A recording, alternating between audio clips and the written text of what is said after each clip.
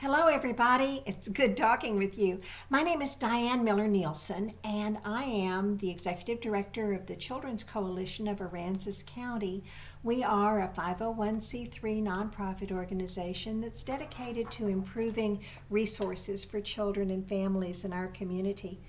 Prior to the Children's Coalition, I have 40 plus years of experience teaching young children and teaching their teachers and writing books and articles for teachers. So I'm so excited to have this opportunity to talk with you today about about communication. We're going to talk specifically about how young children learn to speak and listen and read and write, what we expect at different ages and stages, what's typical and what needs to be addressed, maybe causes some concerns. And we're going to talk about what we can do at the different ages and stages to facilitate the development of good communication skills. So let's begin at the beginning. At what age do you think children start learning to communicate? When they say their first word? Or when they can say a whole sentence, maybe earlier, maybe when they're born. That used to be what we thought, was that communication development began at birth. But what science has taught us now is that communication actually develops in the womb. By 30 weeks of gestational age, hearing is pretty well developed. So the baby starts to hear 30 weeks of gestational age, and they start really tuning in and listening to their mother's words, their mother's conversation during the last 10 weeks of pregnancy. So everything that mom says, baby's listening. A 2012 study was done by Washington University, and they took newborn babies and they exposed them to sounds of their mother's native language, and then they exposed them to sounds of a foreign language that they had not heard prior to birth. And it was absolutely amazing that the babies responded differently to the sounds of the native language than they did to the sounds of the language that was foreign to their ears. Isn't that incredible? So what does that tell us?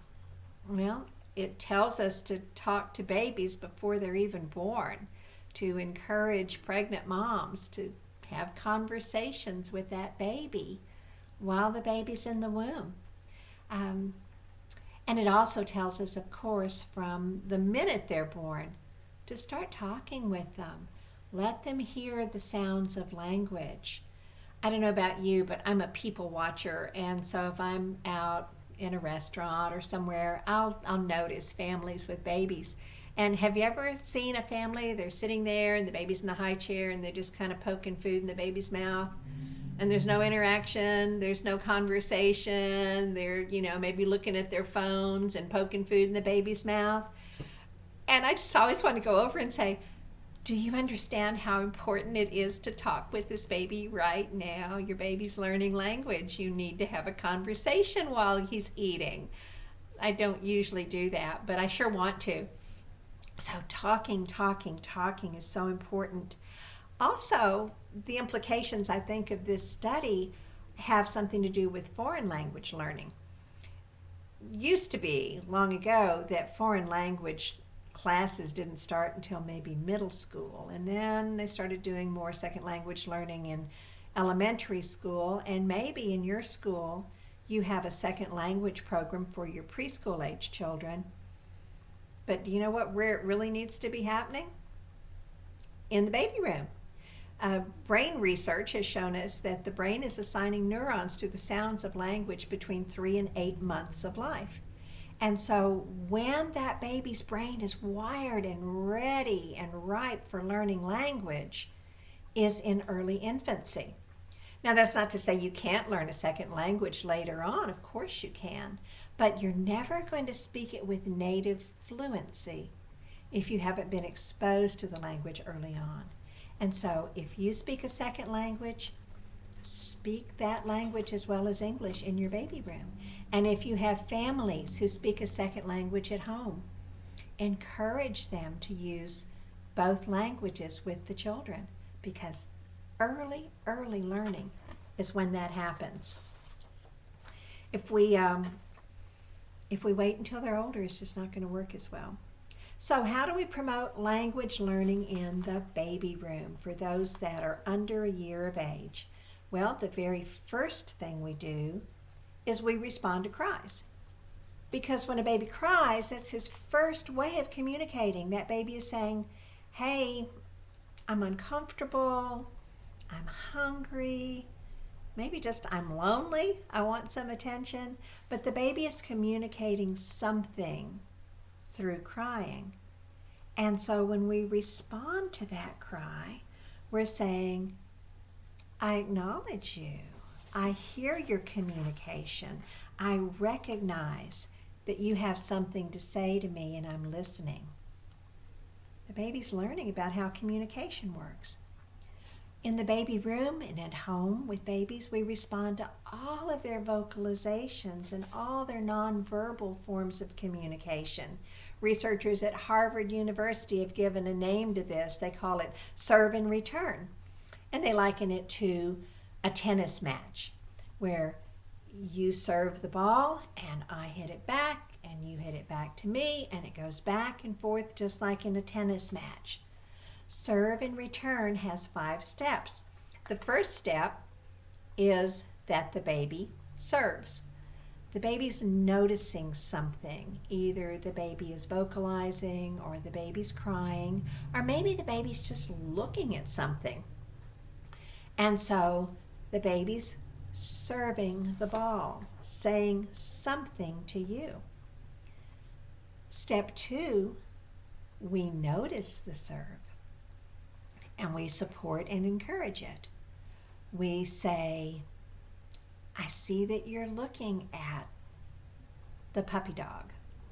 We don't have to have a lot of time. This doesn't take a lot of planning. This doesn't have to go into your lesson plans, a lot of effort. It's a very simple, pretty natural way of just responding. If the baby's looking at her hands, you can say, I see you're looking at your hands. If the baby's looking at a particular toy, you can pick up the toy and bring it closer and say, oh, look at that green elephant. When the baby's serve is returned, he's learning that his thoughts and his feelings are heard and understood. And that's the beginnings of effective communication. How many of you wish you had grown-ups who always understood what you're trying to let them know, what you're saying? So this is the beginning of teaching effective communication. Baby serves, you say, I get it. I understand what you're telling me. Next, when the serve is returned, you name what the child is feeling or doing. As I say, you go, oh, look at that green elephant. If the baby is gazing at her hands, I see you're looking at your hands. Those are your hands. This is the beginning of vocabulary. Baby's not going to be able to say those words back yet, but they're listening, they're processing, they're understanding that, oh, things around me have a name. My feelings have a name. It's the beginning of building vocabulary. The next step in serve and return is that you wait for a response. Baby has served, you've noticed, you've responded. Now you're waiting for a response to your response. You've hit the ball back and now the ball's in the baby's court. So don't rush the baby. It might take him a little bit of time to respond. So waiting helps keep that game of serve and return going. Children learn the rules of conversation. It's like, oh, okay, so I say something, and then you say something, and then I say something, and we take turns. And they're starting to get, this is how conversation works. This is the basis for self-control and getting along with others. Again, don't you wish there were some grown-ups who would understand? It's like, it's my turn to talk and your turn to listen, and then I'll listen to you back. The last step in serve and return is to practice beginnings and endings. Those of you who work with babies, you know that they don't stay interested in the same thing for very long, right? And so they'll let you know when they're finished and ready to move on to something. They might turn their heads to look at something else. As they become mobile, they might crawl away from something and go for another toy. And so pick up on those signals. And when you see they're finished and they're not interested in whatever it is that they were looking at before, then comment on that. Say, I see you're done. And then move on. So when we find moments where the child can take the lead in conversations and let us know when the conversation's finished, we're supporting them in learning so much about communication, about interactions, and about how the world works. So before we move on to the next stage, let's talk a little bit about what typical development looks like during the first year. From 3 to 6 months, babies are going to smile, gurgle, coo, so they don't just cry. By 6 months of old, they should be making some other kinds of vocalizations. Somewhere between 6 and 9 months, we typically expect a baby to turn her head toward the sound of a voice. If she isn't, then maybe it's time to think about a hearing problem. That might be something to look into if the baby isn't turning toward a voice. Usually by 9 months, babies are responding to their names, and they're squealing and they're babbling and they're making all kinds of different sounds. And again, research has shown that these babbling sounds that babies make by 9 months mimic the sounds of their home language or the languages that they hear. And then by a year, by that first year's birthday, most babies are repeating sounds, not with the same fluency that you and I use. You'll say bottle and they'll say baba. And mama, dada. They're going to be making those sounds that are easy to form. And they'll repeat them over and over again. Mama, mama, mama, mama. They're practicing language. Well, let's move on to the second year of life. Language is developing rapidly between the first and second birthdays. By 15 months, your typically developing child is going to wave bye-bye. And they'll say mama and dada and at least one other word. There again, it may not be a grown-up sounding word, but it's going to be some sort of a word. This is also the age by 15 months when babies are going to point to something that they want. And oftentimes it's going to be accompanied by some sort of a sound. And they'll point to something and they're communicating. They're letting you know that what they want off that shelf or what they're looking at. The 18-month-old child typically has a vocabulary of at least 5 words. They like to look at pictures in books. And they can point to pictures or objects you name. If you're looking at a book and there's a blue ball, you could say, where's the blue ball? And the 18-month-old is going to be able to point to that ball in the picture. By the second birthday, the toddler is going to use a combination of words and pointing or gestures to tell you what they want. And their vocabulary will have at least 10 words. So the vocabulary is growing rapidly during this second year. They'll repeat words that you say. By 2, they can point to at least one body part when named. You can say, where's your nose? And they'll point to their nose. And this is when pretend play begins, somewhere around the second birthday, maybe a little bit before. That's when they'll start pretending that a block is a car. They'll start having conversations on a pretend telephone. And as they near the age of 2, they find a new favorite word. I know you've heard this. If you're a toddler teacher, no. It's a very powerful word. No. And this is just a really good sign when they get to this stage because it tells you a lot of things are going on with them cognitively and socially. They understand that they're separate from you. They understand that they are a separate human being with their own thoughts and their own feelings and their own desires, and that they don't have to do what you tell them to do. They can say no. And they love to say it. So don't take it personally. No tends to be overused for a while. They'll say no to everything. So some ways to kind of work with that, offer lots of choices. Do you want the blue smock or the red smock? And chances are they'll say no. And that's fine. Just go with the flow. Don't get into a battle of wills with them. It'll work itself out eventually. They'll likely change their minds if they don't get a big reaction from you when they say no to everything. So, what can you do to promote the development of language and communication with your 1-year-old? Well, continue where you started with that newborn. You notice their interest, you listen, really listen. You tune in to what they're telling you, what they're pointing to, what they're showing interest in. You respond. You engage in conversations that are two-way conversations. You say this, I say that, we take turns. Naming objects and actions and feelings and following their lead. Children by around the age of 2 don't have a real good handle on their emotions, and their emotions are pretty raw and pretty loudly expressed.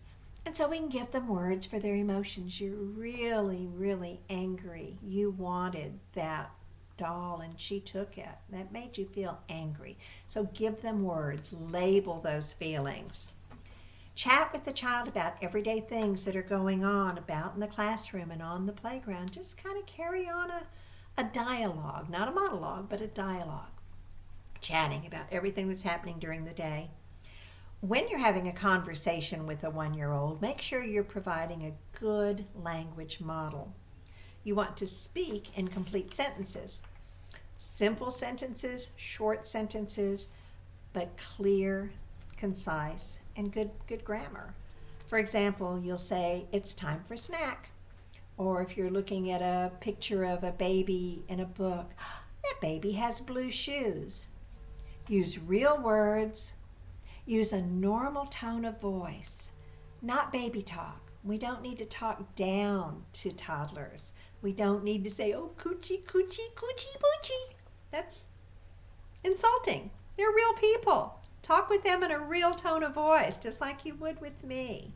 Make sure you're giving them a good, accurate role model. And the same thing goes with second language learning. If parents are speaking a second language at home, make sure that they use a good model so that children are learning the language correctly. Expand their vocabulary by giving them new words. If you're on the playground and there's a bird in the tree and it happens to be a cardinal, then you can say, oh, I see a cardinal in the tree. It has red feathers. So you're giving them new vocabulary. This is not the age for formal reading instruction. I'm just amazed when I see the ads, the commercials for the latest, greatest DVD or computer program to put your toddler in front of and teach your baby to read. Flashcards and books and drill and skill and programs that they expect you to put that baby through. Research has proven over and over and over again that these kind of gimmicky things have no advantage. They don't get the child ready for school. They don't make the child read at an early age, because reading is actually processing written language and making sense of it. That's not how that reading works, through teaching your baby to read. In fact, these kinds of things can backfire, and they can make the child feel like a failure because they're being expected to do something that they are not developmentally able to do. So if somebody's trying to push the latest, greatest gimmick on you to teach your baby to read, stand firm and say, no, thank you. I prefer to engage them in conversation because I know that's what they need. Oral language and literacy are not the same thing, but they're very closely related. And books are an important part of your infant classroom. So sit with that baby, sit with that young toddler, and share simple picture books. Now, what do toddlers do with books? They explore them with their body, don't they? They're going to chew on them, and they're going to step on them, and they're going to not turn the pages properly, but they're going to go back and forth and flip it around and upside down. That's fine. They're doing what they're supposed to do at that age and stage. And so let them explore the books. And while they're exploring the books, you sit there with them and explore them with them. And you point to pictures of things in the book as you are flipping through a page. It's like, oh, look, there is a red bird. So you can talk with them about the things. So playing with books is much of a physical activity as it is a language activity. So let them skip about. Let them move around. Children this age are not likely to sit still for story time. You may have a rare child who really likes to just sit for a long time and listen, but they're rare. More often, they're going to be there for a couple of seconds, and then they're going to be up and they're going to be moving around, and they may very well still be listening. So keep reading, keep enjoying the book. I have a colleague who says children learn on their feet, not their seats, and that's true throughout the early years, but especially with your toddlers. They're just not good sitters. They'll learn more about how books work the more you read to them. So make plenty of books available, show your own interest in books, and enjoy books with toddlers in your classroom. Connect pictures in the books with the real world. If, for example, the book that you read this morning has a picture of a blue ball in it, and then you're out on the playground later and there's a blue ball, make that connection. Go, oh, look, that ball looks like the one in our book. Help them connect pictures and books with real world things. Ask questions as you're reading. Well, what is that dog doing? Or, where's the baby? And they'll look at the pictures and point. Be ready, willing, and able to read the same book over and over and over again. Choose books that have repetitive words and phrases. Children learn new words through repetition. Books like Brown Bear, Brown Bear are wonderful for your toddlers because that's just what they need in their language development. Read the environment. Read stop signs and entrance and exit signs and all the signs and print that are around you in the world. Point it out. Read it aloud. They're beginning to make that connection. Those written squiggles have meaning. Don't worry about speech mistakes at this age. Articulation mistakes are common. Nothing to be concerned about. Make a mental note if, for example, you have a young, almost 2-year-old and you're talking about a farm and the 2-year-old says, "Palm." Just make a note. It's like, okay, they're confusing the p for the f sound.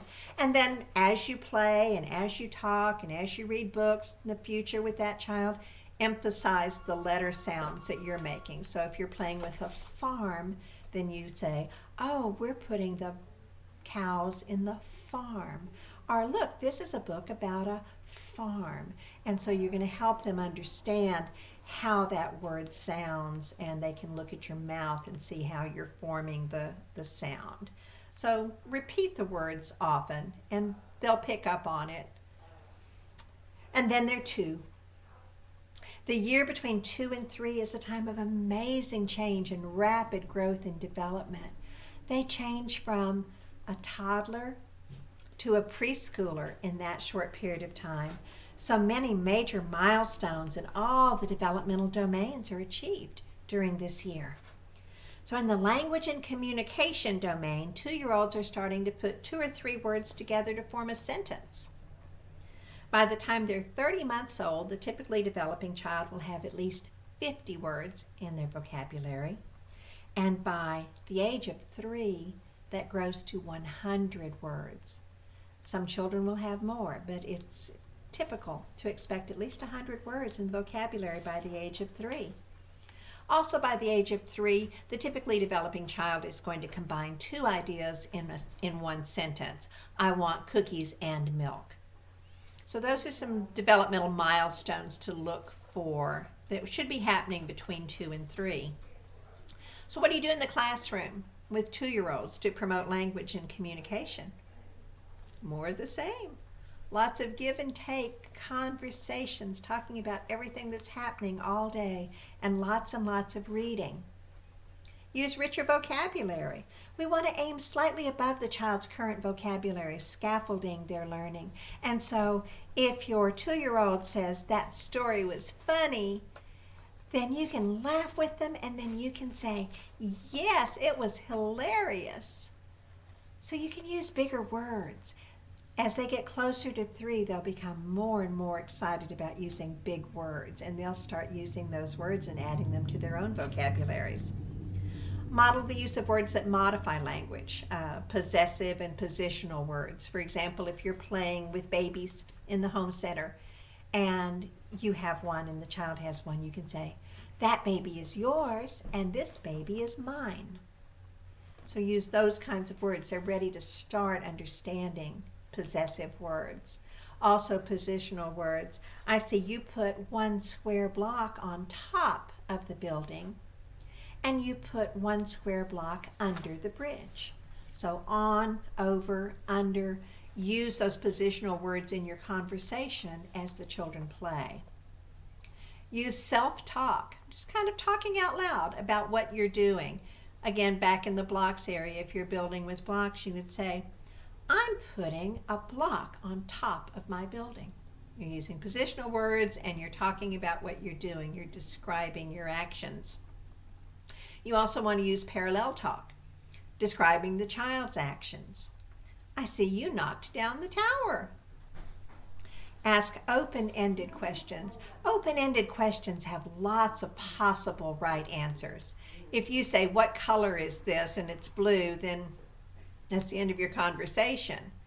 But if you say, tell me about this, then there's a whole world of possibilities. And so you want to use open-ended questions that give children lots of opportunities to talk. Offer choices. Do you want the red smock or the blue smock? Do you want corn or peas? Engage in event casting. Event casting is kind of like sports casting. You know how the sportscaster describes everything that's going on the football field? Well, you can do that in your classroom. When you're sitting down at the lunch table with the children eating lunch, because of course you do that because that's modeling good behavior and good nutrition and good language and all of those things. But as you're sitting with the children at the lunch table, you can say, Jovi is eating peas with a spoon. Caleb is eating chicken with a fork.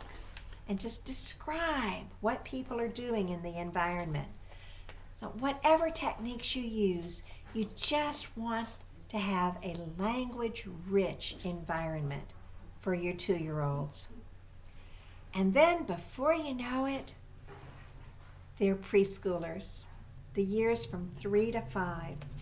And what should we expect from children at this age? Your 3-year-olds have mastered the rules of grammar pretty well. For example, they've learned that you put an S at the end of something to make it plural, right? And so if you have more than one house, you have houses. Well, then it logically follows that if you have more than one mouse, you have mouses. Of course, that makes sense. And so they over-apply the rule. It's not at all unusual for a 3-year-old to say mouses instead of mice. And so again, just in your conversations, as you're reading books, as you're modeling, as you're singing songs, you teach them those irregular words that are in the English language, and they'll pick up on it eventually. So don't get upset if they're saying mouses instead of mice.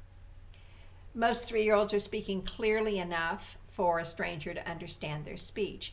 If by 3 their speech is largely unintelligible and you can't understand what they're saying, it may be time to think about looking into an evaluation, and maybe the child needs some speech therapy because they should be fairly well understandable. You may not understand everything they're saying, but they should be fairly well understandable by 3.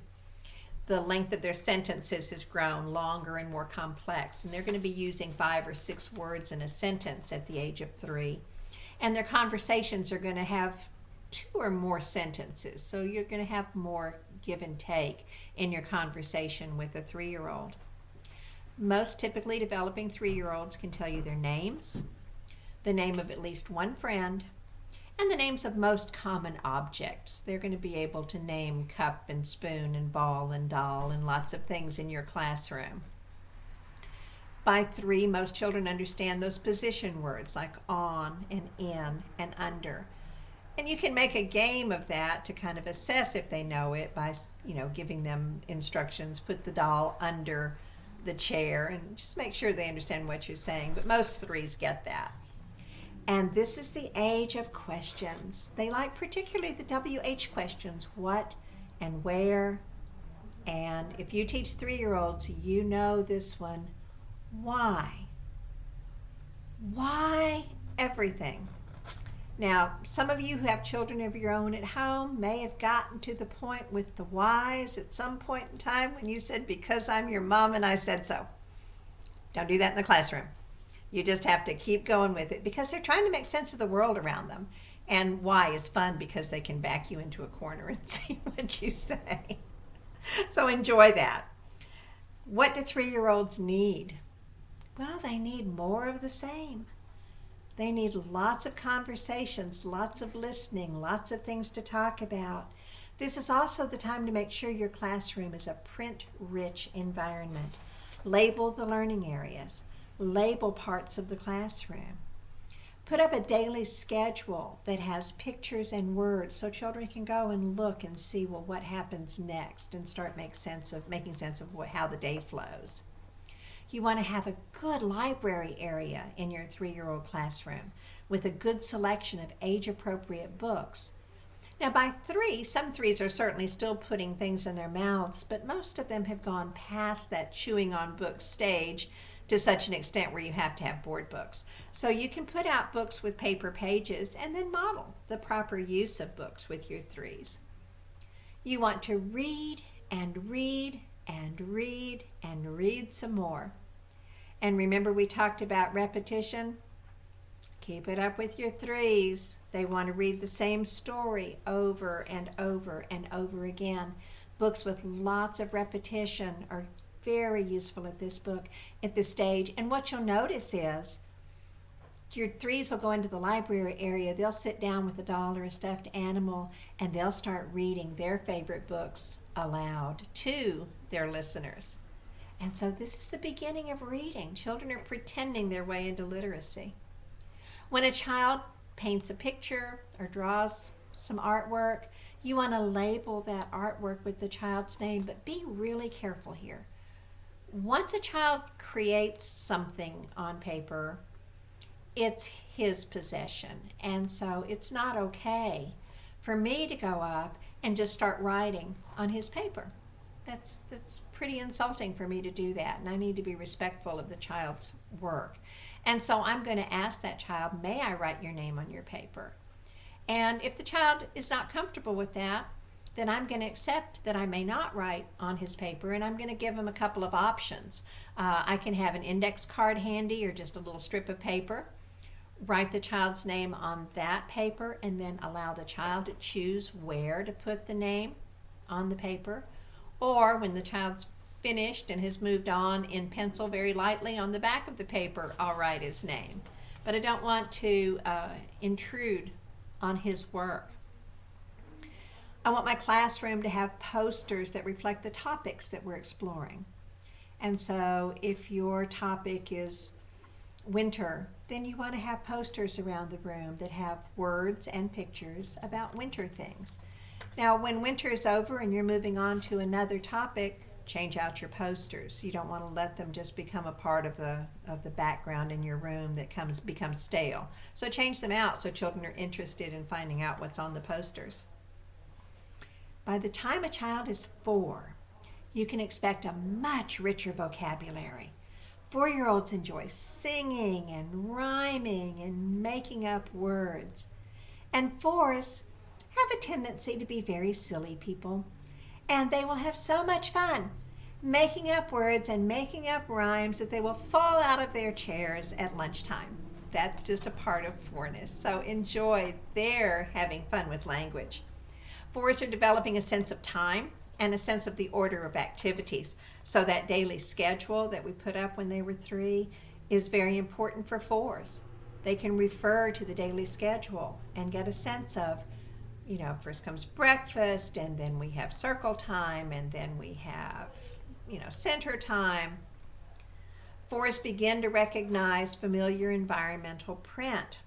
Stop signs. So stop signs you started pointing out when they're toddlers, your 4-year-olds are going to recognize them and read the word stop now. If you're driving down the road and you pass those golden arches and that 4-year-old says McDonald's, guess what?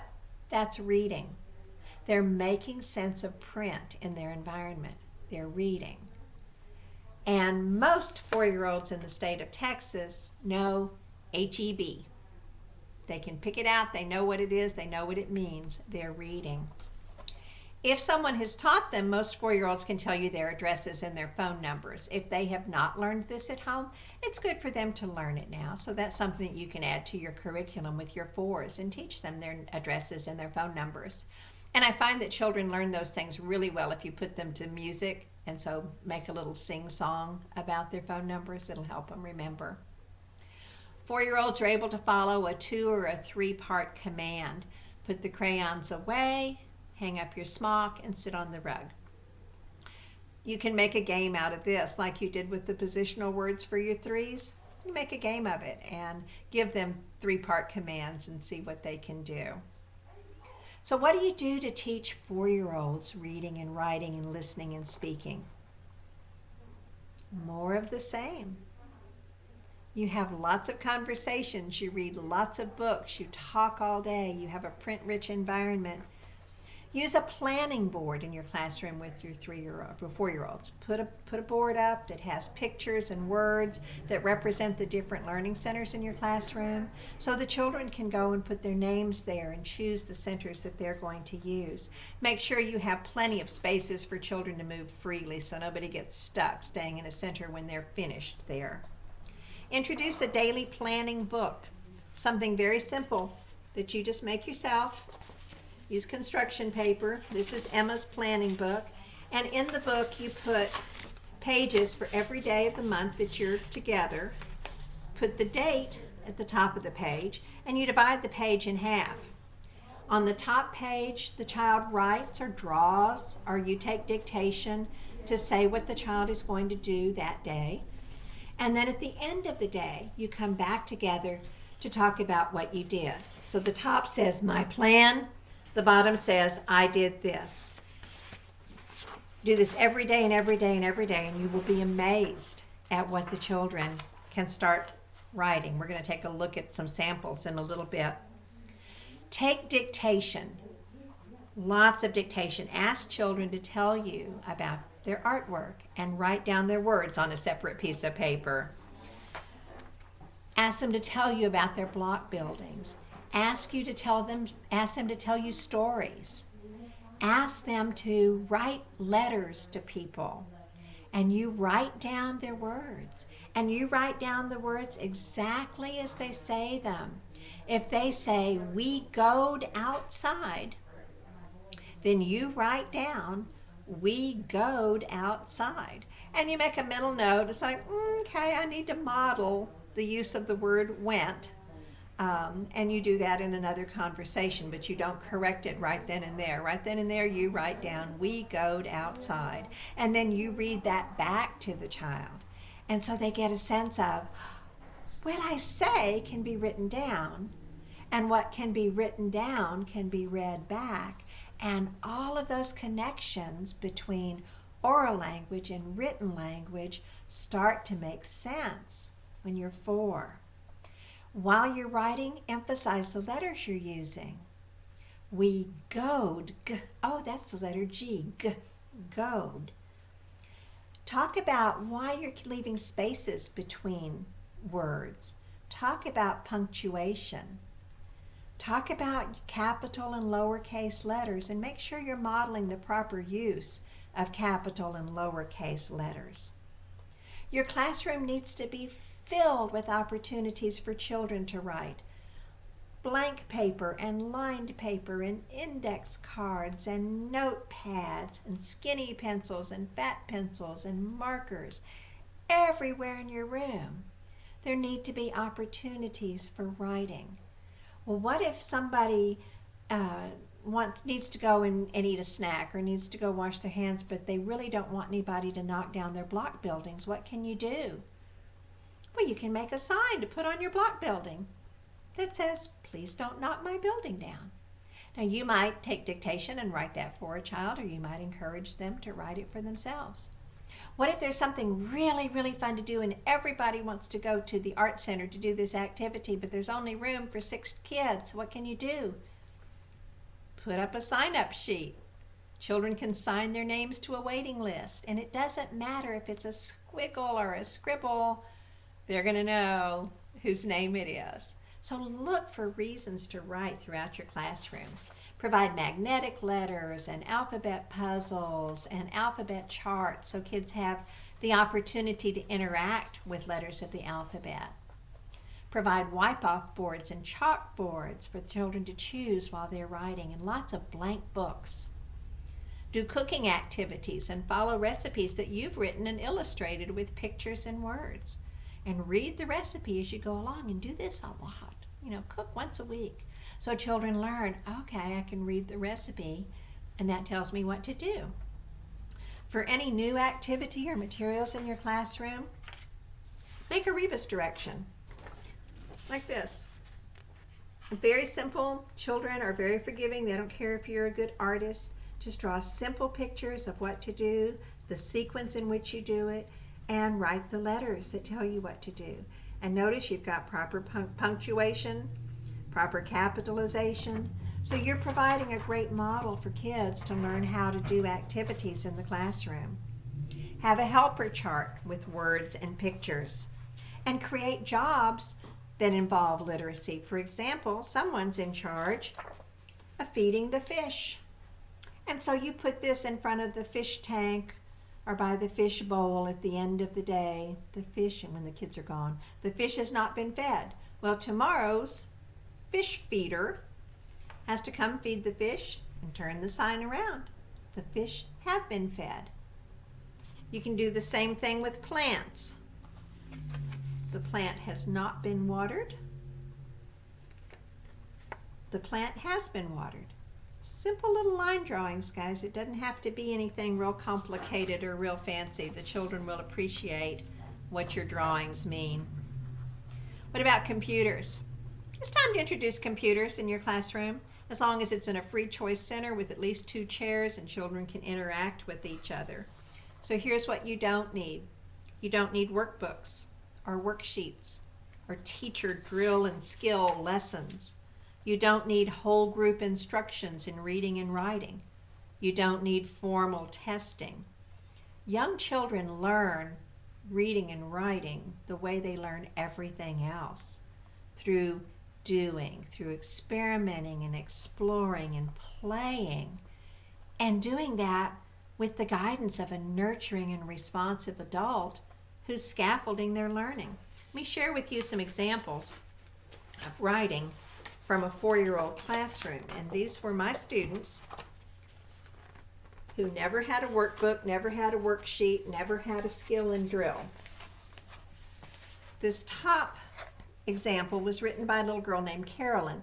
And you may notice that she used lots of C's and R's because those were letters in her name. So those were very important letters. And Carolyn wrote a story and she illustrated her story. And she could read it back to you. I can't read it. I don't know what it means, but she could read it back to you. She was experimenting and exploring and learning about how reading and writing work. This sample was in a planning book. A little guy named Jeremy. And Jeremy's plan for the day was to work puzzles. He went to the planning board and he copied the word puzzles. And then at the end of the day, he'd had enough opportunities with dictation that he understood some of the sounds that letters make. And so independently he wrote, I made puzzles. This last example was a group of children, also 4-year-olds. We were on the playground, and of course I always would take paper and pencil everywhere we went. Well, the swing was broken, and so the children wrote a letter to our custodian, Mr. Flagg, and it says, Mr. Flagg, the swing is broken. That's what happens when children have a print-rich, language-rich environment in which to explore and experiment and learn how reading and writing work. So then they go to kindergarten, and what do?